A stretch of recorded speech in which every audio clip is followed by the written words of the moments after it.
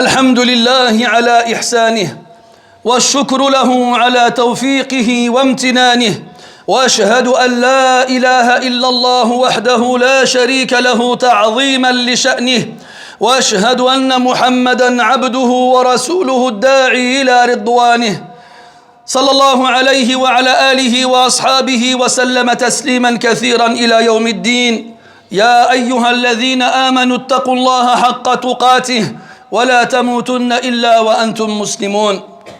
Chers musulmans, nous sommes aujourd'hui dans un jour grandiose, un des meilleurs jours de l'année, si ce n'est le meilleur jour de l'année chez une grande partie des savants. Un des jours qui fait partie des fêtes chez les musulmans.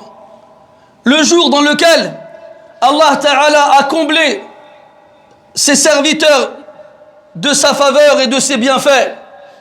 Un jour dans lequel Allah Ta'ala a parachevé cette religion qu'il a agréée pour nous. Ce jour sur lequel Allah Ta'ala a juré 2 fois dans le Coran. Une fois quand il dit « wa shahidin wa mashhoud » en parlant de shahid, et quand il dit « wa shaf'i wal watr » quand il parle de l'witr. C'est un jour dans lequel Allah Ta'ala se vante de ses serviteurs qui font le pèlerinage auprès des nobles anges. C'est le jour du grand pèlerinage qui a lieu sur la terre la plus sacrée qui se trouve sur notre planète. C'est le jour qui, lorsqu'on le jeûne, Allah expie par son biais les péchés et les mauvaises actions. Ce jour-ci est le jour dans lequel Allah subhanahu wa ta'ala a franchi le plus de personnes de l'enfer. C'est le jour dans lequel on n'a jamais vu le diable aussi petit, insignifiant, humilié et en colère, tellement il voit la miséricorde d'Allah Ta'ala descendre sur les gens et à quel point Allah Ta'ala ce jour-ci pardonne les grands péchés. Ce jour-ci est le jour dans lequel l'invocation est la meilleure des invocations que l'on puisse faire durant l'année. Et tout ce que vous venez d'entendre concerne le jour de Arafat, le 9e jour de Dhul Hijjah, le jour dans lequel nous sommes aujourd'hui. Et Allah Ta'ala a voulu que ce jour-ci, cette année, soit un vendredi. Et la plupart des gens, alhamdulillah, jeûnent ce jour-ci car ils savent que celui qui jeûne ce jour-ci, Allah Ta'ala lui expie les péchés de l'année qui précède ce jour-ci et les péchés de l'année qui vont suivre ce jour-ci. D'ailleurs, les savants nous ont expliqué la différence qu'il y a entre le fait de jeûner le jour de Ashura, le 10e jour de Muharram, et le jour de Arafat, le 9e jour de Dhul Hijjah. Car vous savez tous que le 10e jour de Muharram, qu'on appelle Ashura, celui qui le jeûne, Allah lui expie une année, l'année qui précède l'accomplissement du jeûne de ce jour-ci. Alors que Arafat, si on le jeûne, alors Allah nous expie 2 années, celle qui précède et celle qui suit. Pourquoi? Parce que Ashura, c'est un jour moussaoui, c'est un jour qui a attribué à Moussa alayhi salam. Et Arafat, c'est un jour muhammadi, c'est un jour qui a attribué au prophète Muhammad alayhi salatu wassalam. Et comme Muhammad est le dernier des messagers, et le meilleur d'entre eux, et le meilleur des fils d'Adam, Allah Ta'ala a donné plus de valeur à ce jour-ci qu'il n'en a donné au jour précédent. Et en plus, le vendredi, comme on le sait tous, à la fin de la journée, il y a une heure dans laquelle il n'y a pas un croyant qui invoque Allah subhanahu wa ta'ala.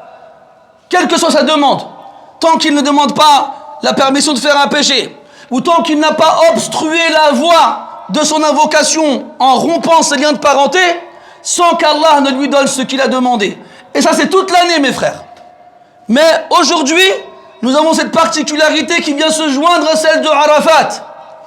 Et en plus de cela, nous jeûnons pour la plupart. Et on sait que celui qui jeûne a une invocation qui n'est pas rejetée. Et le prophète a dit, alayhi salatu wassalam, que la meilleure des invocations, c'est celle qui est faite ce jour-ci. Et même si nous ne faisons pas le pèlerinage, même si nous ne sommes pas à la Mecque en ce moment même, eh bien Allah tabaraka wa ta'ala, par sa grâce et sa bénédiction et sa miséricorde, a permis à tous les croyants sur terre, où qu'ils soient, d'avoir le droit à ce privilège. Alors, saisissons l'occasion. Il y a des pieux prédécesseurs qui gardaient leurs invocations de côté pour ce jour-ci, tellement ils avaient foi en la promesse d'Allah subhanahu wa ta'ala qu'il leur répondra. C'est aujourd'hui qu'il faut lever les mains. C'est aujourd'hui qu'il faut regarder vers le ciel avec supplication, avec dévotion, avec une certitude qu'Allah subhanahu wa ta'ala va nous répondre.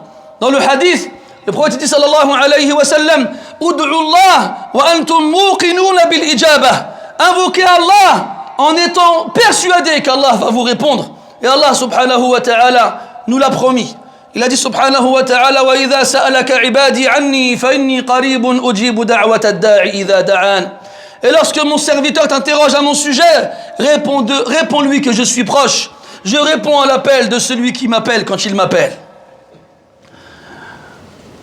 Mes frères, Allah Ta'ala nous a informé dans le Coran que quand Ibrahim alayhi salam a fini de construire la Kaaba, il a invoqué Allah Tabaraka wa Ta'ala en lui demandant plusieurs choses.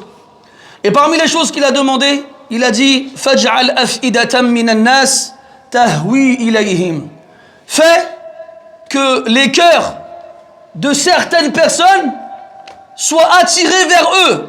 Quand il dit vers eux, il parle de sa descendance qu'il a installée à la Mecque. Et il parle de la Mecque.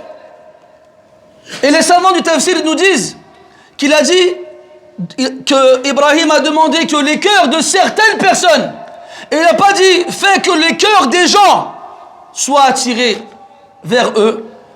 C'est pour mettre une distinction entre les gens.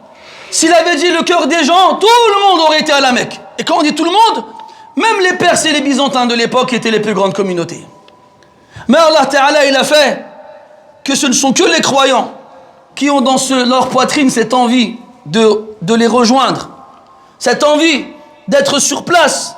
Et normalement, le croyant, la croyante, lorsqu'il sait que nous sommes actuellement dans la période du pèlerinage, lorsqu'il sait qu'au moment même où on se parle aujourd'hui, les pèlerins sont à Arafat et qu'ils sont en train d'accomplir le pilier le plus important du pèlerinage, surtout aujourd'hui, nous qui pouvons suivre ces événements en direct avec les transmissions et les rediffusions, normalement, on doit tous ressentir un pincement au cœur.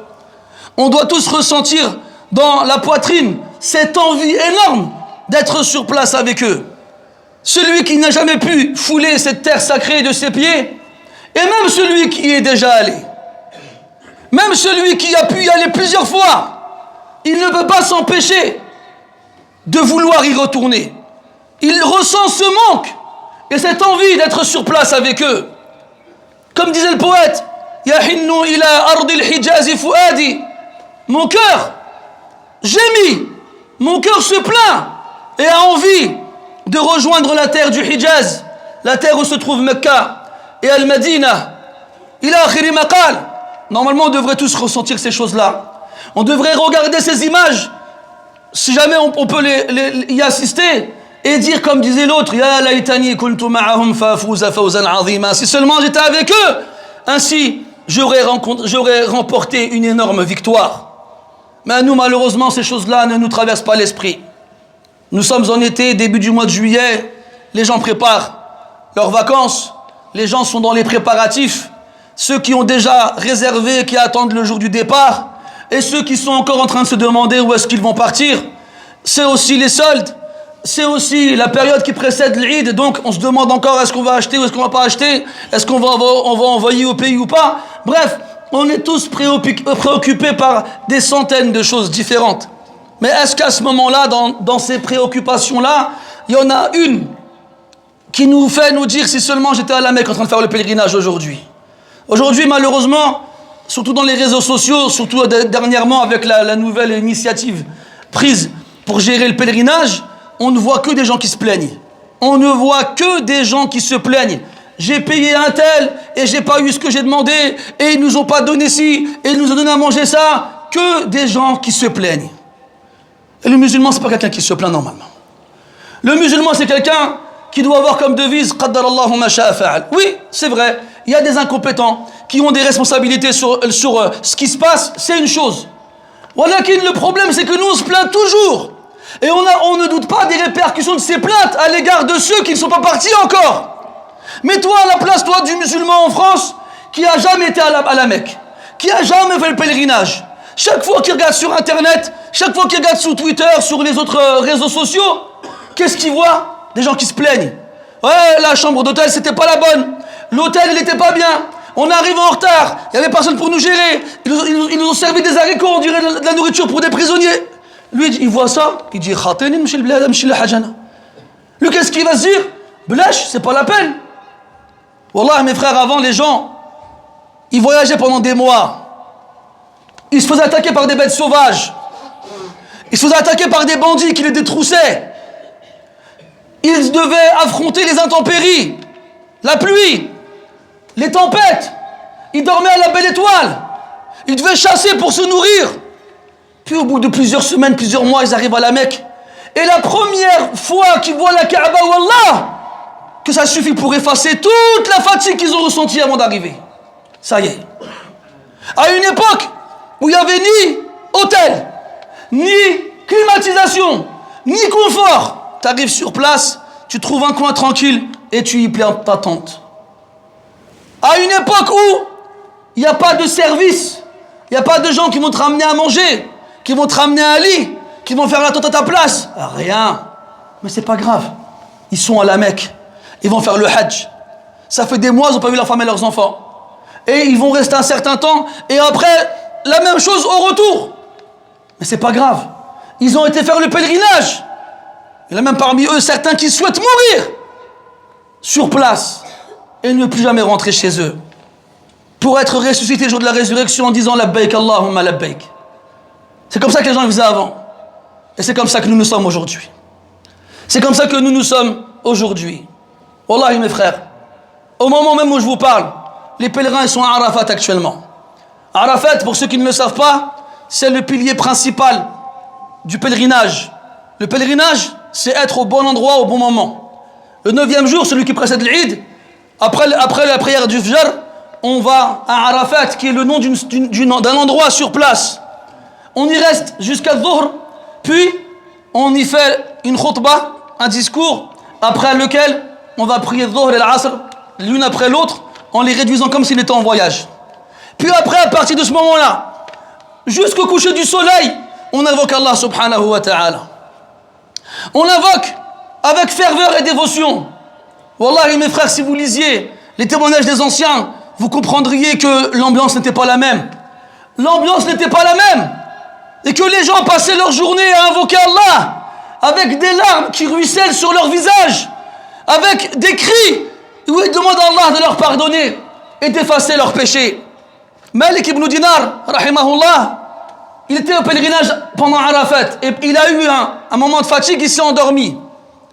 Et pendant son sommeil, il a rêvé que quelqu'un est venu le voir et lui a dit Allah, il a pardonné à tout le monde aujourd'hui, sauf à une seule personne. Malik ibn Dinar, il dit c'est qui? Il dit c'est Muhammad ibn Haroun al-Balkhi. Et là, Malik ibn Dinar, il se réveille effrayé. Alors, il sort de sa tente et il cherche dans les campements la tente des Balkhiyin. C'est une tribu d'Arabes. Il arrive là-bas, il leur demande est-ce qu'il y a quelqu'un parmi vous qui s'appelle Muhammad ibn Haroun? Ils lui disent oui, c'est l'homme là-bas qui est en train de prier. Alors il va là-bas et il trouve un homme en train de faire la prière. Alors il s'assoit derrière lui, attend qu'il finisse. L'homme il finit la prière, il se retourne, il le regarde.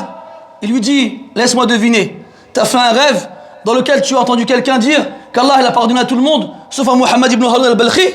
Et Malik ibn Dinar lui dit oui. Comment tu sais? Il lui dit ça fait 40, je sais plus combien, bref, un certain nombre de pèlerinages que j'ai fait. Et à chaque fois, tous les ans, il y a un homme qui vient me voir et qui me dit avoir fait ce rêve-là. Et là, Malik ibn Dinar dit mais subhanallah, pourquoi? Qu'est-ce que tu as fait dans ta vie? Il a dit moi avant, j'étais un criminel. Il n'y a pas une porte du mal que je n'ai pas frappée. Et j'étais un soulard, je passais mon temps à me saouler. Et ma mère, avec laquelle je vivais, passait son temps à m'appeler à craindre Allah et à arrêter. Un jour, je suis arrivé là-bas et a préparé le four pour préparer à manger. Et moi, je suis rentré ivre, comme d'habitude. Et ma mère, elle m'a dit, mon fils, crains Allah. Arrête de boire, crains Allah. Et moi, je la vois je vois le feu qui brûle, je réfléchis pas, je la pousse dans le four et elle meurt brûlée devant mes yeux. Quand il a repris ses esprits et qu'il voit sa maison, elle a brûlé, il demande qu'est-ce qui s'est passé. On lui dit mais tu sais pas ce qui s'est passé, t'as poussé ta mère dans le four, elle est morte brûlée et la maison l'a brûlée avec. Et là il a entendu ça, ça y est, ça lui a fait l'électrochoc. Il a compris à quel point c'est grave ce qu'il venait de faire. Alors il s'est remis dans la prière, il s'est remis dans la vocation et dans la piété. C'était devenu le plus pieux des gens. Et tous les ans, il faisait le pèlerinage après cette histoire-là. Et tous les ans, il y a quelqu'un qui venait le voir en lui racontant le même rêve. Constamment. Et pourtant, année après année, il revenait. Puis, Malik ibn Dinar, il le voit comme ça, il lui dit, ne désespère pas de la miséricorde d'Allah. Elle est plus grande que tout. Il lui dit, si j'avais désespéré, je ne serais pas revenu année après année. Malik ibn Dinar, il retourne dans sa tente et une fois de plus, il se rendort. Et là, il rêve de quelqu'un qui lui dit Allah, il a pardonné à tout le monde aujourd'hui, même à Muhammad ibn Harun al-Balkhi. Alors là, Malik ibn Dinar, il se réveille en sursaut. Il est heureux, il est joyeux, il court vers la tente de Muhammad ibn Harun pour lui annoncer la bonne nouvelle. Et quand il arrive sur place, il voit les gens attroupés autour de quelqu'un. Il s'approche et il voit que Muhammad ibn Harun venait de mourir. Wallah, mes frères, que si on voulait raconter des histoires qui se sont passées ce jour-là, vous ne croiriez pas tellement elles sont extraordinaires. Tellement elles sont extraordinaires. Des choses vraiment incroyables. Mais nous, malheureusement, on est là, ici, plongés dans notre quotidien, dans notre routine. On s'est fait avoir par le matérialisme, par le capitalisme. Tout ce qu'on pense à nous, c'est notre plaisir, notre loisir, avoir plus et avoir mieux que les autres. C'est tout ce qui nous intéresse. Le reste, ça n'a plus d'intérêt. Le reste, ça n'a plus d'importance. Wallahi, mes frères, qu'actuellement ils sont à Arafat, en train de faire des du'as, ils sont des millions en train de pleurer et de supplier Allah de leur pardonner et de supplier Allah de leur rendre la vie meilleure, de supplier Allah de les faire rentrer au paradis. Et Allah Ta'ala, il descend au ciel de ce bas monde et il les regarde et il dit aux anges, mais qu'est-ce qu'ils veulent eux? Pourquoi ils sont venus? Pourquoi ils sont ébouriffés? Pourquoi ils n'ont pas leurs vêtements habituels? Pourquoi ils sont pleins de poussière? Pourquoi ils pleurent? Et Allah il sait, Allah il sait. Mais lui il dit ça aux anges pour que les anges ils voient comment ceux qui croient en lui ils sont ici-bas. Après Allah il les regarde, il regarde les anges et dit je vous prends tous ces témoins que je leur ai pardonné. Des gens qui rentrent chez eux après le pèlerinage sans aucun péché, comme le jour où leur mère elle les a enfantés. Comment ne pas vouloir être avec eux? Comment ne pas avoir envie d'être parmi eux? Comment ne pas ressentir un manque de pouvoir être avec eux à ces moments-là? Wallahi mes frères, si on savait, on serait là en train de pleurer de tristesse de ne pas être sur place. Et vous savez mes frères, vous savez comment on les appelle les pèlerins? On les appelle Doyouf ar-Rahman, les invités du tout miséricordieux. C'est pas toi qui choisis d'y aller, c'est Allah qui t'invite. C'est Allah qui t'invite. Mais dans un hadith, le prophète sallallahu alayhi wa sallam, toute personne à qui Allah Ta'ala fait don de sa grâce, c'est quelqu'un, il a de l'argent, c'est pas quelqu'un qui est dans le besoin, il est aisé, qui vient pas me visiter une fois tous les 5 ans. La abdul mahroum, c'est quelqu'un de privé, quelqu'un à qui Allah il a privé ce privilège d'aller à la Mecque, où une prière, elle en vaut 100 000 ailleurs.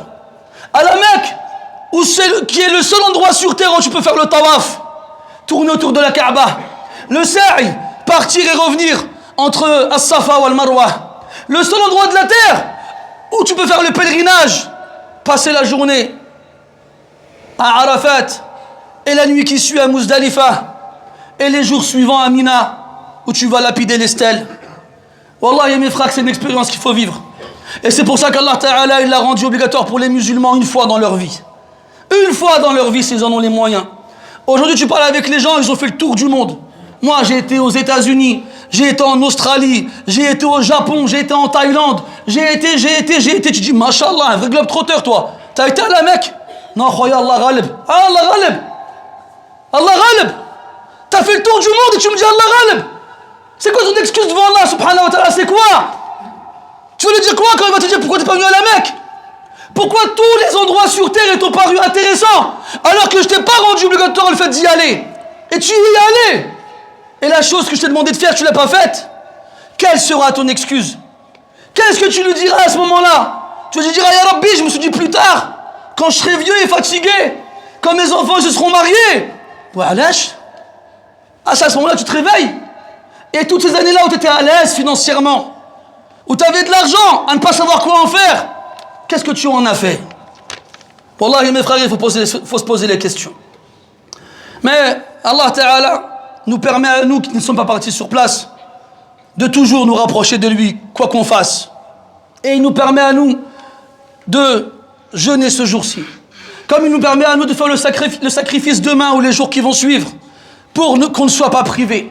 Pour que ceux qui n'ont pas les moyens de s'y rendre puissent eux aussi se faire pardonner, se faire affranchir de l'enfer et ne plus craindre d'y aller. Mais ça, mes frères, on en sera sûr et certain seulement après notre mort. Même si Allah nous pardonne aujourd'hui.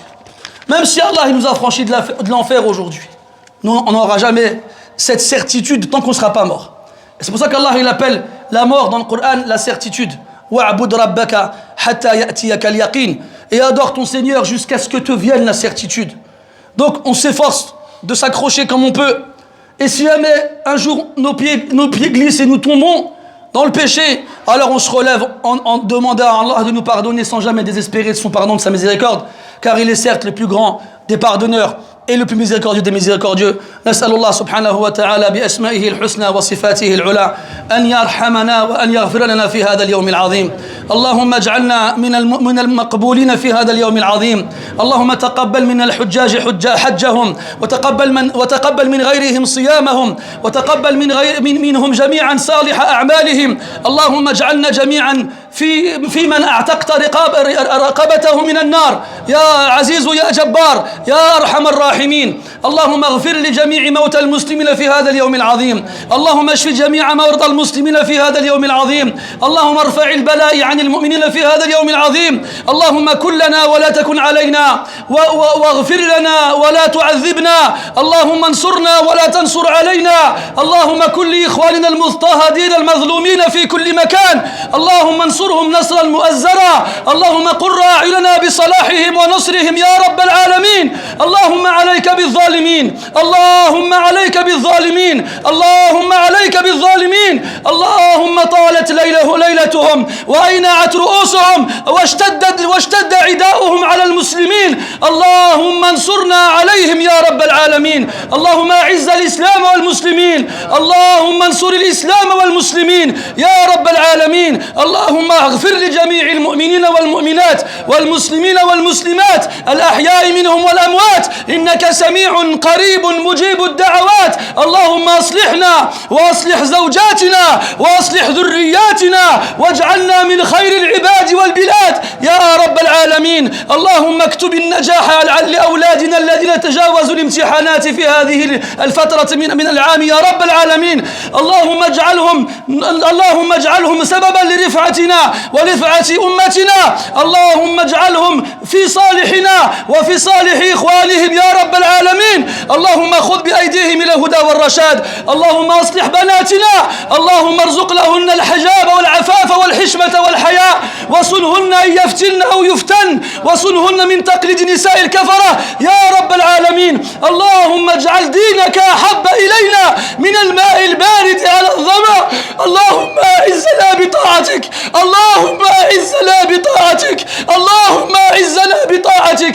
اللهم حبب إلينا الإيمان وزينه في قلوبنا وكره إلينا الكفر والفسوق والعصيان واجعلنا من الراشدين. واجعل آخر كلامنا من الدنيا لا إله إلا الله وتوفنا وأنت راض عنا.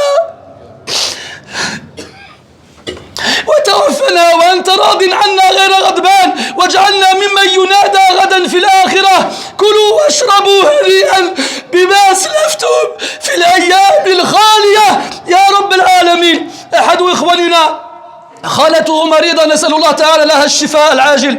اللهم اشفيها شفاء لا يغادر سقما. وأحد إخواننا كذلك أبوه أصيب بمرض نسأل الله سبحانه وتعالى أن يعجل له بالشفاء وأن يشفي معهما جميع مرضى المسلمين. سبحانك اللهم وبحمدك أشهد أن لا إله إلا أنت نستغفرك ونتوب إليك. وصلى الله على نبينا محمد وعلى آله وأصحابه أجمعين والحمد لله رب العالمين. وقوموا إلى صلاتكم يرحمكم الله.